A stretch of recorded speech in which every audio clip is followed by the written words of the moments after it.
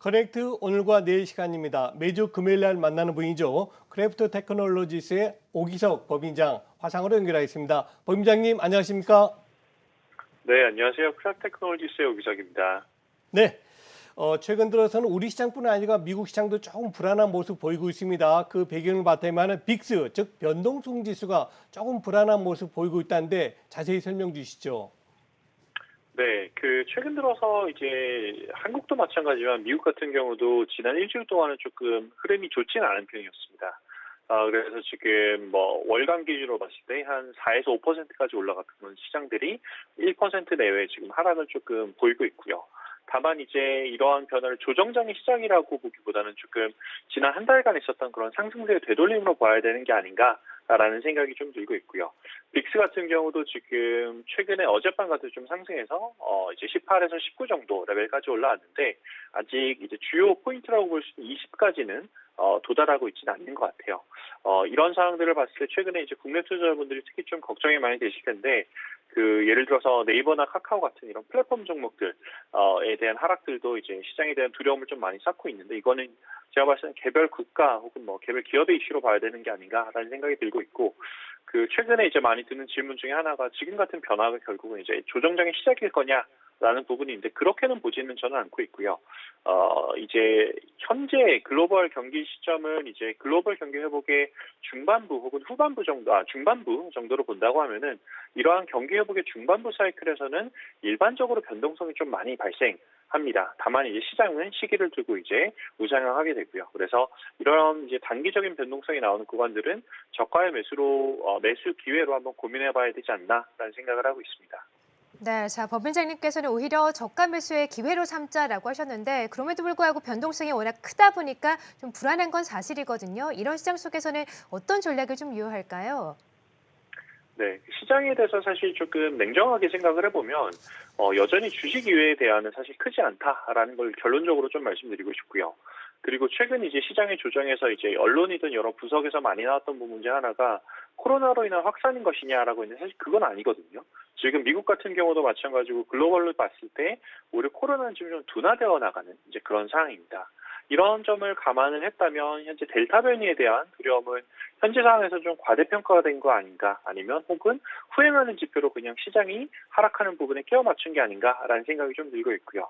현재 상황을 보면 여전히 이제 초저금리라든지 혹은 경제성장 같은 경우도 이제 중반부에 있고 또 당장 이제 또 채권금리 같은 경우 특히 국채금리 같은 경우는 이제 단기적으로 상승할 수 있는 이제 그런 가능성도 좀 열려 있는데 이런 상황에서 사실 이제 주식 이외에 다른 자산군에 얼마나 많이 투자할 수 있을 것인가 라는 점에 대해 한번 생각을 해볼 필요가 있고 하나 더 이제 추가적으로 말씀 붙이자면 지금 미국 ETF 시장 같은 경우 올해 역대급 규모의 자금 유입이 발생을 하고 있습니다.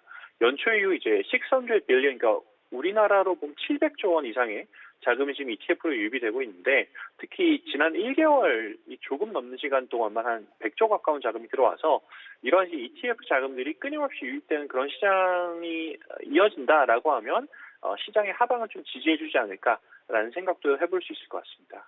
네, 그렇군요. 방금 ETF 말씀하셨는데요. 우리 크래프트 테크놀로지스 인공지능 ETF가 굉장히 각광을 받고 있습니다. 최근 미국 베런지에서도 9월 선정 종목을 선정했습니다. 한번 우리 성공 투자를 위해서 다시 한번 자세하게 설명 주시죠. 네, 감사합니다.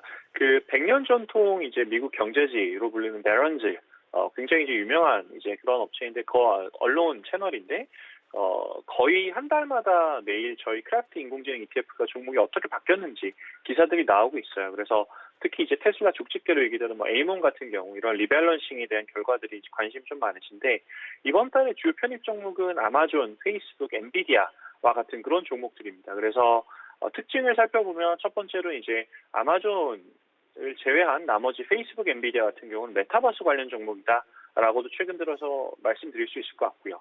그리고 아마존과 더불어서 들어온 종목이 월마트 같은 종목도 들어왔는데 소비재, 결국 이제 리오프닝 테마 관련 종목들로 종목을 변경한 게 좀 눈에 띈다라는 것들. 사실 지난달 같은 경우는 줌이라든지 로쿠라든지 델타 변이가 이제 확산되는 구간에서 많이 들어왔던 그런 종목들로 좀 이루어졌던 게 이번 달엔 그런 종목들을 다 편출하고 이제 리오프닝 관련한 종목들이 좀 많이 들어왔다. 라는 게 이제 특징적이고 이런 걸 보면 좀 시장 상황을 이제 저 인공지능도 반영하는 게 아닌가 특히 이제 앞에 말씀드렸던 8월 이제 코로나 확산이 잦아드는 이제 그런 것과 좀 방향이 일치하고 있다라는 이야기를 드리고 싶습니다. 네, 자, 이번 주에는 우리 시장에서 네이버, 카카오가 급락을 좀 거듭했는데요. 이 부분 어떻게 보시는지 짤막하게 좀 들어볼게요.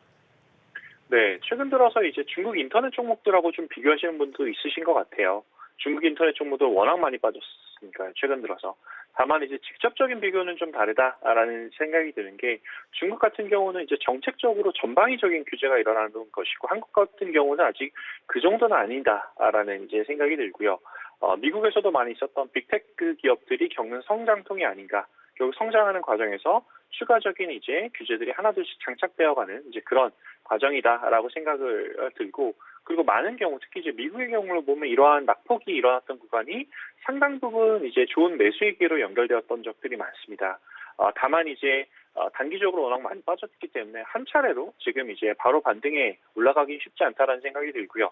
여진의 가능성은 남아 있다. 특히 이제 중국 같은 경우는 텐센트 혹은 알리바바 이런 종목들도 보면 이제 일반적으로 쌍바닥을 급락 이후에는 쌍바닥을 형성하고 상승했다라는 점도 한번 참고해 주시면 좋을 것 같습니다. 네, 자, 지금까지 크래프트 테크놀로지스의 오기석 법인장과 함께했습니다. 고맙습니다. 네, 감사합니다.